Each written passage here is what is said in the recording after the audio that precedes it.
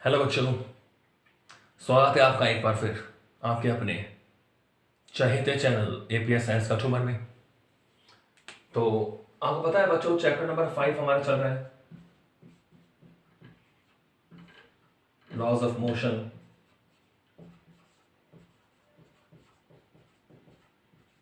Laws of motion, ठीक है। और आज के वीडियो में हम डिस्कस करने वाले हैं कि किस तरह जो सर्कुलर पाथ होता है, वृत्ताकार जो पथ होता है, उस पर वाहन की गति को हम डिस्कस करेंगे। तो हमारा टॉपिक क्या है आज? एक समतल ले रहा हूं मैं, समतल वृत्ताकार पथ पर किसी वाहन की गति।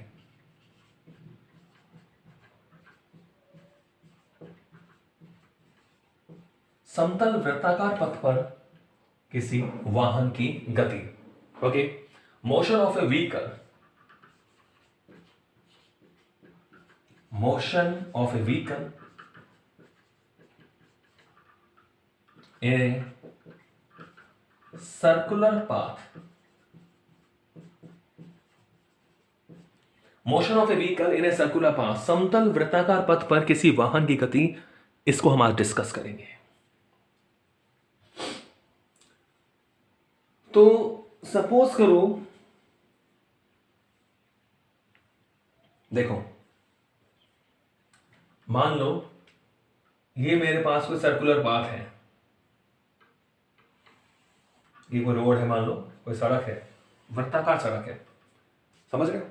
ये कोई वृत्ताकार सड़क है और यहां पर मोशन करना है, और ये मान लो इसका क्या है, सेंटर है। ये क्या है, इसका सेंटर। ये रोड हो गई पूरी, ये एक सर्कुलर पाथ आ गया, घुमाव आ गया एक रास्ते में। तो हम देख रहे हैं यहां क्या होनी चाहिए, स्पीड वगैरह। तो आप देख रहे हैं समतल वृत्ताकार पथ है, समतल सड़क है, कहीं से उठा हुआ नहीं है, समतल सड़क है बिल्कुल, लेकिन घुमावदार सड़क है, वृत्ताकार मार्ग है, और ये सब क्या है बच्चों, सेंटर है। तो सपोज करो यहां कोई वाहन हमारे पास है, ये मान लो कोई वाहन हम मान ले इस तरह, ठीक है, ये वाहन है। तो ये अब इसमें मोशन करेगा। तो सबसे पहली बात तो हमें पता ही है कि समतल सड़क है, तो एक तो इसका नीचे स्वयं के भार के कारण, स्वयं के द्रव्यमान के कारण, अगर इसका मान लो द्रव्यमान है स्मॉल एम, तो एक भार लगता है कितना, mg। कितना लगेगा भाई, mg। ये इस वाहन का, इस व्हीकल का क्या हो गया, भार। अब इस सड़क पर क्रिया बल लगा रही है mg, तो न्यूटन के तीसरे नियम से एक प्रतिक्रिया बल लगता है बिल्कुल ऊर्ध्वाधर ऊपर की ओर, वो कितना होगा भाई, r। ठीक है, तो ये तो इसका हो गया वाहन का भार, वेट ऑफ ए व्हीकल। और ये r क्या हो गया, प्रतिक्रिया बल। क्या हो गया, प्रतिक्रिया बल। क्लियर है, r क्या हो गया, प्रतिक्रिया बल। ओके, तो अब ये जो है वो मोशन करना चाहता है सर्कुलर पाथ पर। तो एक बात ध्यान दें आप कि वृत्ताकार पथ में गति के लिए एक बल की आवश्यकता होती है। कोई भी ऑब्जेक्ट कहीं पर भी, कोई भी ऑब्जेक्ट कहीं पर भी, मैं बात कर रहा हूं, चाहे वो एटम के अंदर हो, चाहे वो स्पेस के अंदर हो, कहीं भी हो, इस यूनिवर्स में कहीं भी, वृत्ताकार पथ में गति करेगा तो उसे घूमने के लिए, उसे मोशन करने के लिए, रोटेट करने के लिए उसे सेंट्रीपिटल फोर्स की जरूरत पड़ती है, यानी उसे अभिकेंद्रीय बल की आवश्यकता होती है। इस बात को मैं लिख भी देता हूं, देखो, वृत्ताकार पथ पर, वृत्ताकार पथ पर गति के लिए, वृत्ताकार पथ पर गति के लिए कौन से बल की आवश्यकता होती है, अभिकेंद्रीय बल।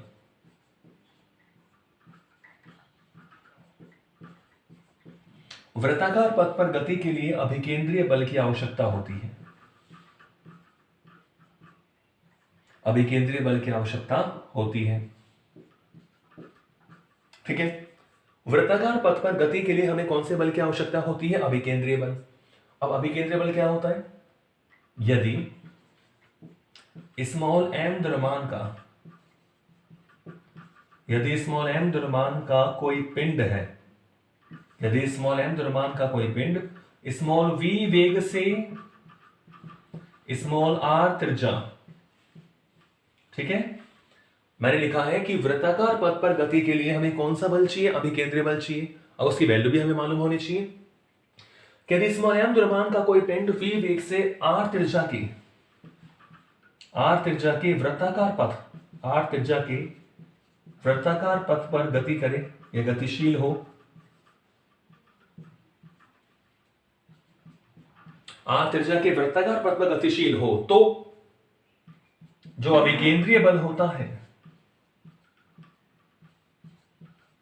तो अभिकेंद्रीय बल क्या होगा भाई? तो अभिकेंद्रीय बल सेंट्रीपिटल फोर्स जो होता है Fc, वो होता है बच्चों mv²/r। ये आपको ध्यान रखना है, आगे भी काम आएगा। mv²/r। स्मॉल m द्रव्यमान का कोई ऑब्जेक्ट स्मॉल v वेलोसिटी से स्मॉल r त्रिज्या के वृत्ताकार पथ पर गति करे तो इतना अभिकेंद्रीय बल चाहिए होता है, Fc = mv²/r। Okay, mv²/r clear है। अब क्वेश्चन ये है कि एक बल तो यहां लग रहा है वेट, वाहन का भार है mg, और एक रिएक्शनल फोर्स लग रहा है, प्रतिक्रिया बल लग रहा है r ऊपर की ओर। तो भाई इसको अभिकेंद्रीय बल कौन दे रहा है, घुमाने के लिए अभिकेंद्रीय बल कौन दे रहा है? तो इसका आंसर क्या है कि जो वाहन के जो टायर है और सड़क के बीच एक घर्षण बल लगेगा, वो घर्षण बल लगता है सेंटर की ओर। वो घर्षण बल कहां लगता है बच्चों? सेंटर की ओर। तो ये घर्षण बल होता है। क्या होता है ये? घर्षण बल। ठीक है, तो अब देखते हो ज्यादातर जो एक्सीडेंट होते हैं वो टर्न पे होते हैं, घुमावदार रास्ते पे होते हैं, क्योंकि उनकी स्पीड ज्यादा होती है। तो एक्सीडेंट क्यों होते हैं? फिसल जाते हैं, क्योंकि जब कोई भी वाहन वृत्ताकार पथ पे मोशन करता है, गति करता है, तो उसकी प्रवृत्ति होती है केंद्र से बाहर की ओर फिसलने की। उसका नेचर होता है कि जब ये ऐसे जाएगा, तो अगर उसकी मान स्पीड सही नहीं है, ऑप्टिमम स्पीड से वो मोशन नहीं कर रहा है, तो उसकी प्रवृत्ति, उसका नेचर है कि वो सेंटर से दूर की तरफ जाता है। तो उसको बचाता कौन है? घर्षण बल। यानी इस समय जो घर्षण बल है वो सेंटर की ओर लगता है, जो सड़क का सेंटर पॉइंट है। ये जो रोड हमने बनाया हुआ है, समतल रोड हमने बनाया हुआ है, तो यहाँ जो सेंटर पॉइंट है उसकी तरफ घर्षण बल लगता है। यानी इसको घूमने के लिए कौन देता है घर्षण बल? अभिकेंद्रीय बल देगा। और अभिकेंद्रीय बल जो है वो कहां से मिलता है? घर्षण बल से मिलता है। अभिकेंद्रीय बल का मतलब हुआ केंद्र की ओर लगने वाला बल, तो घर्षण बल से यहां अभिकेंद्रीय बल मिलता है। ठीक है, तो क्या लिख सकते हैं?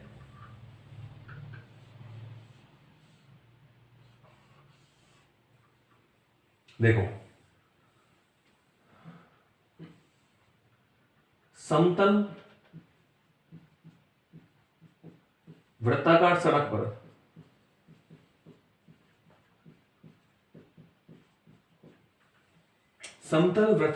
पर गति के लिए,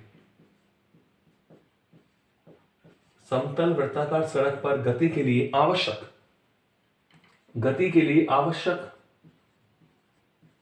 अभिकेंद्रीय बल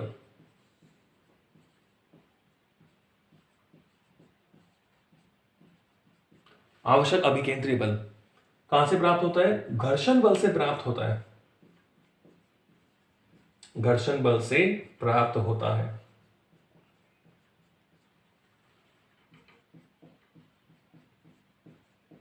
ठीक है, वृत्ताकार पथ में गति के लिए जो अभिकेंद्रीय बल है वो कहां से मिलेगा बच्चों? घर्षण बल से प्राप्त होता है।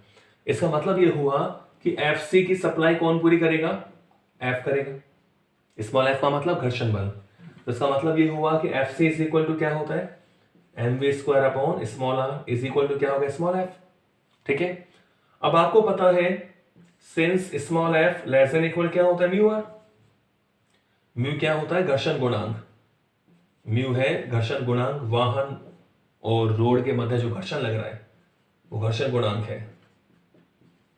घर्षण गुणांक म्यू क्या है? घर्षण गुणांक। तो F <= होता है μr। F <= क्या होता है? μr। इसका मतलब ये हुआ कि mv²/r <= क्या हो गया? μr। तो यहां से आप देखेंगे कि जो हमारे पास r है mv²/r <= म्यू। अब देख रहे हैं डायग्राम से कि r = क्या है? mg है। r = क्या है भाई? mg। तो मैंने r को mg रख दिया। देखो एक m से m कैंसिल हो गया, तो यहां से आप देख रहे हैं कि v square less than equal क्या आ गया, mu r g. V square less than equal क्या आ गया, म्यू आर जी। इसका मतलब v less than equal root mu r g. Small v less than equal क्या हो गया, रूट म्यू आर जी। यानी इसकी जो अधिकतम वैल्यू हो सकती है, आप देख रहे हैं वी लेस देन इक्वल है root mu r g, less than equal root mu r g. यानी इसका जो अधिकतम वैल्यू होगा, वी मैक्सिमम जो होगा एक चलने के लिए समतल वृत्ताकार सड़क पर, उसकी वैल्यू क्या आएगी, under root mu r g. V maximum क्या होगा, under root mu r g. तो समतल वृत्ताकार सड़क पर किसी वाहन की जो ऑप्टिमम स्पीड होती है,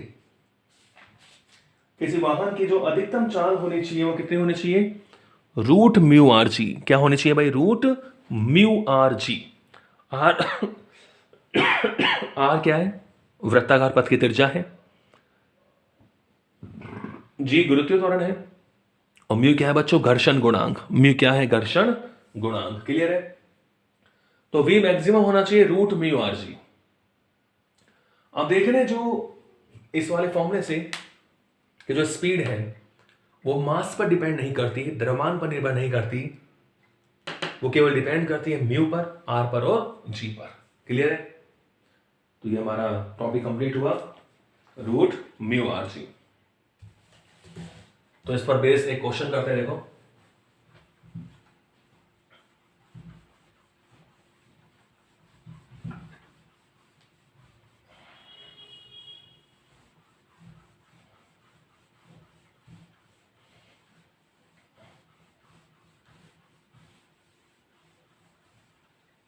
यस, तो v maximum root mu r g. Question देखते हैं,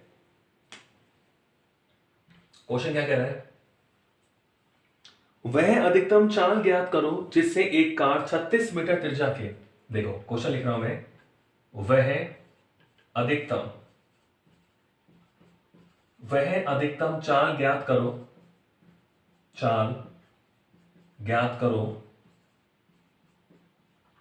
वह अधिकतम चाल ज्ञात करो जिससे एक कार 36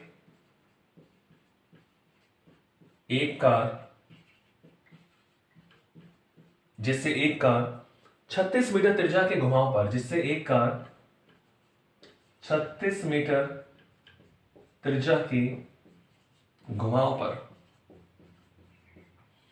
वह अधिकतम चाल ज्ञात करो जिससे एक कार 36 मीटर त्रिज्या के घुमाव पर सुरक्षित घूम सके।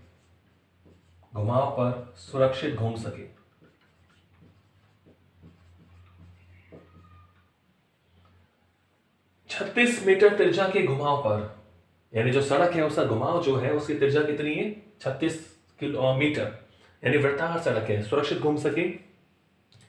जबकि कार के टायर घूम सके, जबकि कार के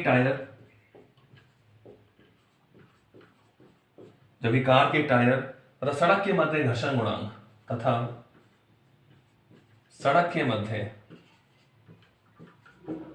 घर्षण गुणांक जो है,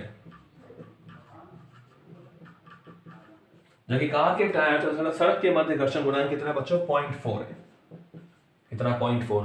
तो कर सकते हैं ऐसा क्वेश्चन। कह रहा है वह अधिकतम चाल ज्ञात करो जिससे एक कार 36 मीटर त्रिज्या के घुमाव पर सुरक्षित घूम सके, जबकि कार के टायर तथा सड़क के मध्य घर्षण गुणांक कितना है, 0.4।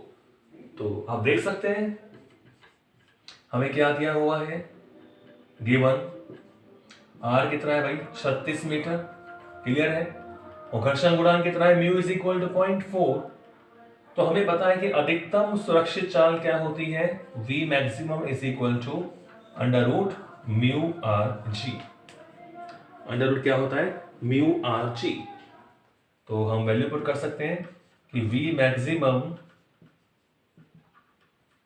Is equal to under root mu कितना, 0.4, आर कितना 36 मीटर, जी 10 मान लेते हैं, जी 10 मीटर पर सेकंड स्क्वायर। ओके, तो इसको आप सॉल्व कर सकते हैं बिल्कुल। ये कट गया, तो वी मैक्सिमम कितना आएगा, देखो 4 का रूट 2 और ये 9, सॉरी 6, 36 का क्या हो जाएगा 6। यानी आ गया आपके पास आंसर 12 मीटर पर सेकेंड।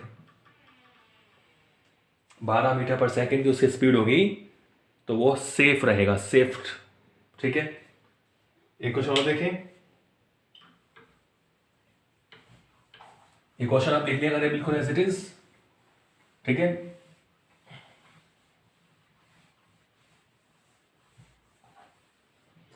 एक क्वेश्चन और देखते हैं। क्वेश्चन कह रहा है 7 मीटर प्रति सेकंड समान चाल से एक साइकिल सवार बिना झुके कम से कम कितनी त्रिज्या के समतल मोड़ पर सुरक्षित चल सकता है। ये क्वेश्चन कह रहा है 7 मीटर प्रति सेकंड समान चाल से, यानी यूनिफॉर्म स्पीड है इसकी, 7 मीटर पर सेकंड समान चाल से एक साइकिल सवार बिना झुके, समान चाल से एक साइकिल सवार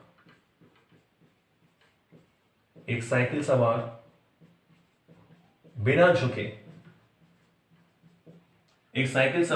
झुके, कम से कम कितने त्रिज्या के, बिना झुके मतलब समतल हो गया, कम से कम कितनी त्रिज्या के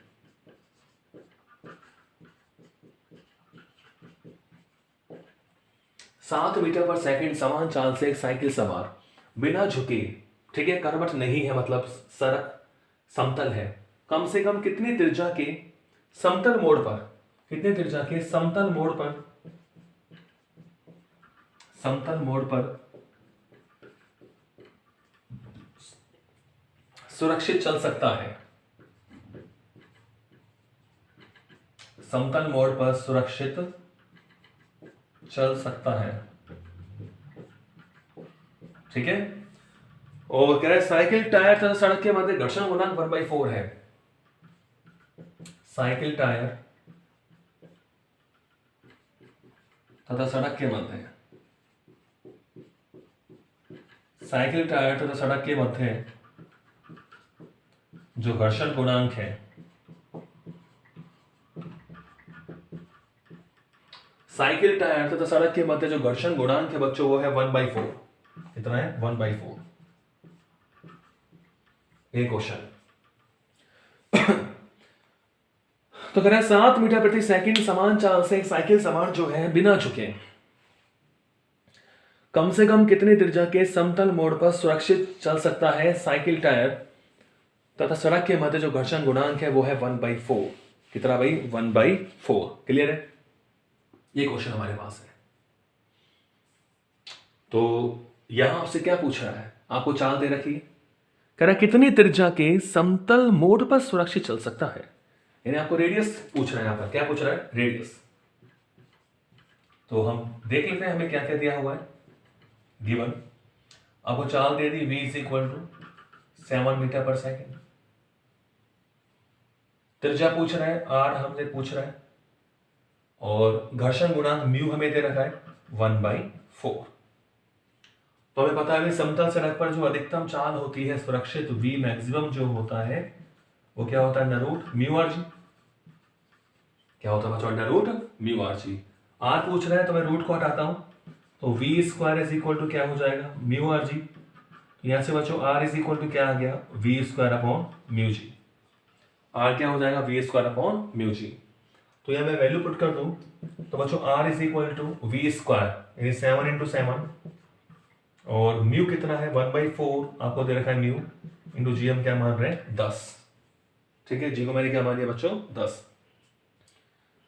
तो आप देख सकते हैं 4 ऊपर चले जाएगा यहाँ पर, तो 749 × 4/10, 2 दूनी 4, 2 पंजे 10।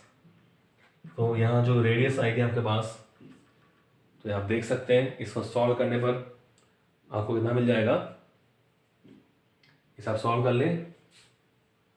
ठीक है, समझ गए ना? म्यू कितना? 1/4, तो 1/4, ये 4 ऊपर चला गया। ठीक है, और ये 7 × 7, तो ये हो गया बच्चों 2 9 18 और 2 4 8 9 5, तो लगभग 20 मीटर आ रही है। 98/5 आप करेंगे तो आप देख सकते हैं 1995 19.6 मीटर। ओके, तो ये हमारा था एक समतल वृत्ताकार सड़क पर किसी वाहन की सुरक्षित चाल कितनी हो सकती है, और उस पर बेस्ड हमने 2 क्वेश्चन करे। तो नेक्स्ट मिलते हैं अगले वीडियो में एक नए टॉपिक नए क्वेश्चन के साथ। Till then bye bye, thank you.